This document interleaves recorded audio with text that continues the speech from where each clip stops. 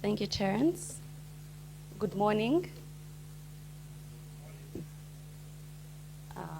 Allow me to stand on the protocol previously observed.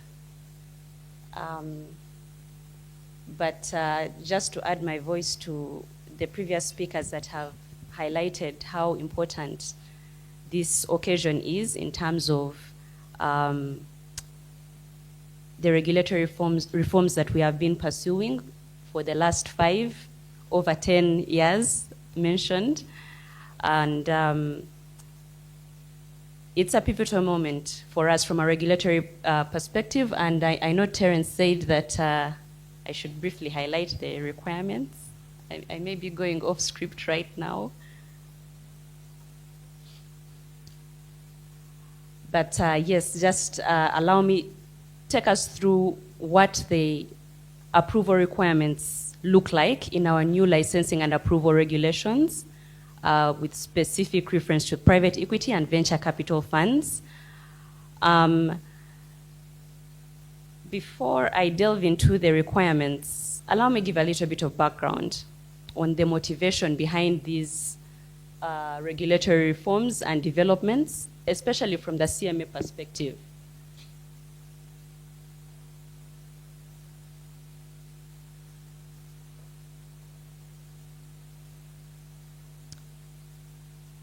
So in terms of the motivation for the reforms, from our perspective as CMA, it took two dimensions.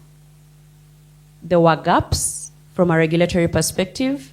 When you look at the CMA Act, we do not have a definition for PE funds. We do have a definition for venture capital, for venture capital funds, a registered venture capital fund, but that is also restricted to a corporate structure, a company. And even while we had the definition for VC funds, the process for registration of VC funds and their approval was really skeletal. And so that created a bit of ambiguity, a bit of reluctance in terms of the process for getting this approval, but also there was ambiguity in terms of the opportunities that would come with this approval and registration. We also did a regional comparison, and this highlighted that we were running behind in comparison to our regional peers.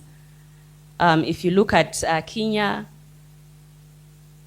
they have a more developed P and VC licensing framework. Rwanda has incorporated this in their CIS regulatory framework. So this regional benchmarking provided a strong motivation for us in terms of catching up with our regulatory framework. At a global level, we observe that regulators are moving towards frameworks that balance innovation with oversight. As most of you may be aware, we are members of the International Organization of Securities Commissions, which is the global body for setting standards for securities regulations. And so even as we were commencing these reforms, it was important that we align with the expectations of the IASCO principles in as far as regulating this space is concerned, issues of investor protection, market fairness, and managing systemic risk, looking at the fast pace at which this space is growing. Now, in terms of opportunities, I mentioned there were two dimensions. And not to take away from the discussion that is happening shortly after this, we are aware that there are tax reforms that were implemented in 2023, 2024, and really speaking to benefits around capital gains exemptions, around stamp duty exemptions, and it was important that our regulatory reforms provide an opportunity for these tax reform benefits to actually be realized by the PE funds and the venture capital funds, because as you will hear from the next speaker, the reforms are targeted to those registered funds with the CMA.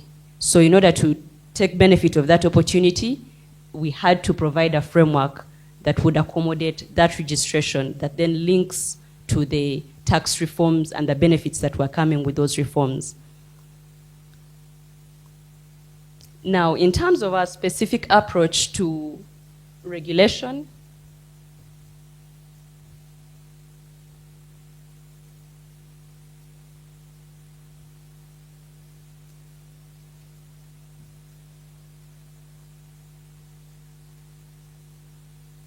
as most of the speakers have mentioned, light touch was our preferred approach or model. And from a global perspective, we looked at different models in the US, in the EU, even regionally, and we realized that this is a similar approach. Focus is on disclosure, focus is on cross-border transactions that the funds are participating in. And while there could be a bit of different aspects here and there that probably provide additional restrictions, especially in the collective investment scheme space, by and large, the general approach is a light touch regulatory approach for the private equity and venture capital space. And so we thought it was important that we adopt this approach as well. Again, it's also aligned with our regulatory philosophy, which looks at market development, but also looks at balancing our regulation with the need for flexibility to support that market development. So I thought it was important to highlight our approach as we developed these regulations. Now, in terms of understanding how these reforms are anchored in the CMA Act, because it has been one of those recurring conversations, you have VCs defined under Section 1 of the Capital Markets Authority Act. You don't have PE funds defined under the Act. So one of the conversations that actually was part of that 5-year journey is how do we navigate this legal, I don't want to call it a conundrum because that may be too sensational, but how do we navigate this? If you look at Section 50, 5, it gives us what they would call, it's a broad provision. And as it's stated there, it indicates that nothing shall limit the authority from approving or registering or licensing any person operating in any other capacity which has the direct impact of attainment of the objectives of this Act. So what we have done is, through the licensing and approval regulations, is utilize this provision to exercise the authority's powers when it comes to oversight of PE funds. And of course, it's worth noting that it can apply to any other person that acts in a capacity that is determined to have the impact referenced in this section. But in terms of anchoring this reform in the Act, I thought it important to highlight this so that it is clear in everyone's mind where it is linked in the Act.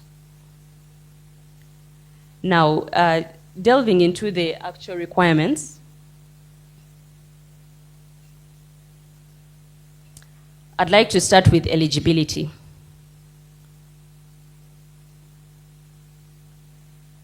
Who is eligible for approval?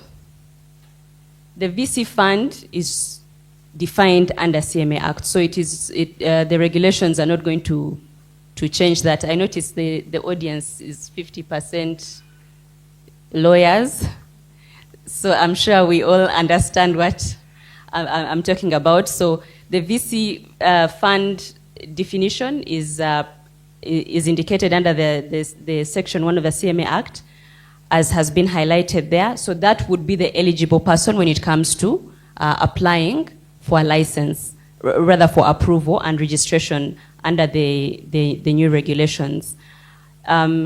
What is critical to note now is the introduction of the definition of a PE fund.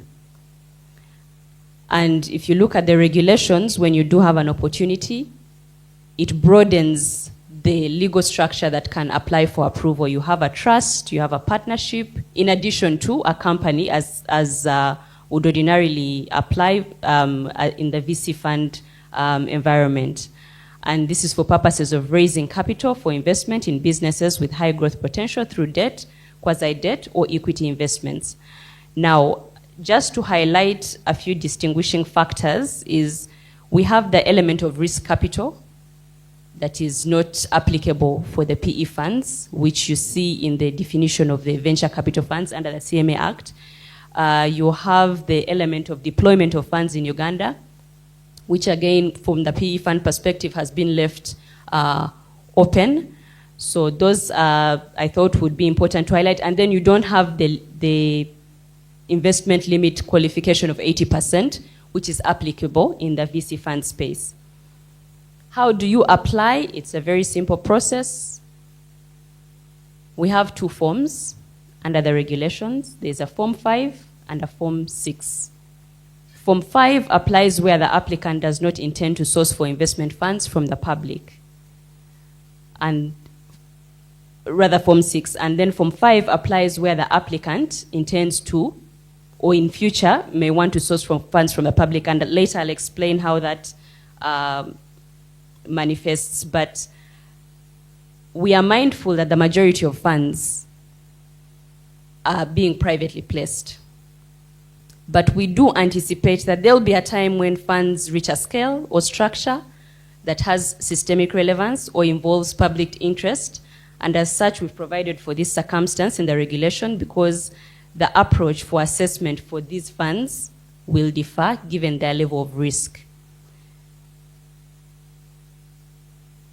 I know some of you may have already looked at the forms, so I will not reproduce the details, but broadly speaking, to categorize the required information, you're looking at corporate information, you're looking at details of directors and key personnel, you're looking at declarations made by the directors in terms of their fitness and properness, criminal records, bankruptcy declarations, have you ever been blacklisted from participating in a stock market or any other financial market, details of your capital structure, details of your fund structure, specifically for those proceeding under Form 6, details of your particulars of your auditors that will be auditing the fund. Then that's for Form 5. Then for Form 6, those that do not intend to source investments from the public, unique requirements would be the focus on details of the fund manager or the general partner, details of shareholders or the limited partner. You'll be required to disclose the total size of the fund as well as the details of the investee company. I believe there's nothing, you'll agree with me that there's nothing onerous, and so we do hope we'll have smooth application processes. Now, in terms of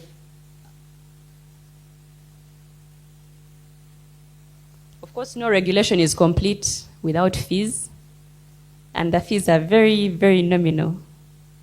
In fact, nominal is... So we have two components when it comes to the fees. You have a one-off registration fees of UGX 750,000, and then you have an annual registration fee of 1 million shillings. Just a quick highlight of what would be expected in terms of post-approval compliance.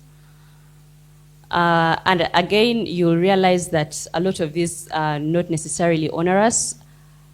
We have a no objection for change of directors or fund managers that is required, unless that director has already been approved by CMA, probably in another application, then this would be dispensed with. You have a requirement to report material changes in shareholding of the fund. You have a requirement to use a licensed fund manager, and licensed here means licensed by CMA. Then there are a number of requirements, both procedure and disclosure requirements, when it comes to removal, replacement of a fund manager. Issues around notification timelines to the authority, issues around the minimum notice period that a fund manager can give when they're resigning, which should not be less than 1 month.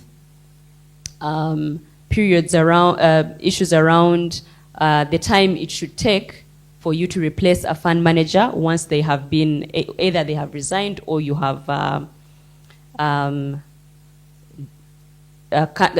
ended the contract, again, which is not less than 1 month. And then also the regulations give guidance into the handover process from the new fund manager and what the types of documents that are expected, the timelines, and the like. In terms of consequences for non-compliance, we do have a provision around revocation or suspension of the approval, which is tied into the CMA Act, but for your comfort, there is a fair and due process that is already provided for. So this would not be an arbitrary revocation or suspension. They'd be expected, there's an expectation that they will follow, that we would follow the due process when it comes to giving an opportunity to hear the reasons related to the non-compliance, and also matching the action, the enforcement action to the non-compliance issue. So the act of suspension or revocation would need to be commensurate to the non-compliance issue being this, that is in question. Now, I would like, having said all that, I would like to highlight that there's an exemption for the funds that do not intend to raise money from the public. These provisions are not applicable. So there is that exemption. Otherwise, for the funds that would have proceeded under Form 6, then these post-approval compliance requirements would apply. Before I conclude, just a little bit on the residual issues. We know there is that outstanding issue of the VC funds. This is an ongoing discussion with our First Parliamentary Council and the Attorney General's Office in terms of what amendments can be reasonably accommodated within the meaning of the CMA Act. So this is an ongoing conversation, and we do hope that once we have concluded those discussions, we'll align the flexibility that PE funds have, are going to enjoy under these regulations for the VC funds as well. And as I conclude, I just want to mention that this is not really about policing. I think as the previous speakers have mentioned, it's focusing on really unlocking the potential of this space in Uganda and the contribution that we know that it can make. And it's about building trust. We believe that it sends the right signal. It says Uganda is open, it's ready for responsible long-term investment. And so we believe this regulatory reform is a first step in the right direction to back that claim. I thank you for their attention. Terence, back to you. Thank you, Allison. Thank you very, very much for this very elaborate presentation. When you talked about 1 million, the room seemed to say, yee, when can we bring application forms? I don't know whether all of you are ready to receive them. Very, very ready, I see. So, because 1,750,000, that's 2 million, surely. For some firms, that's pocket change, but okay. Thank you very, very much, Allison, for the presentation. A round of applause to Allison for that. We will have a panel discussion shortly after this.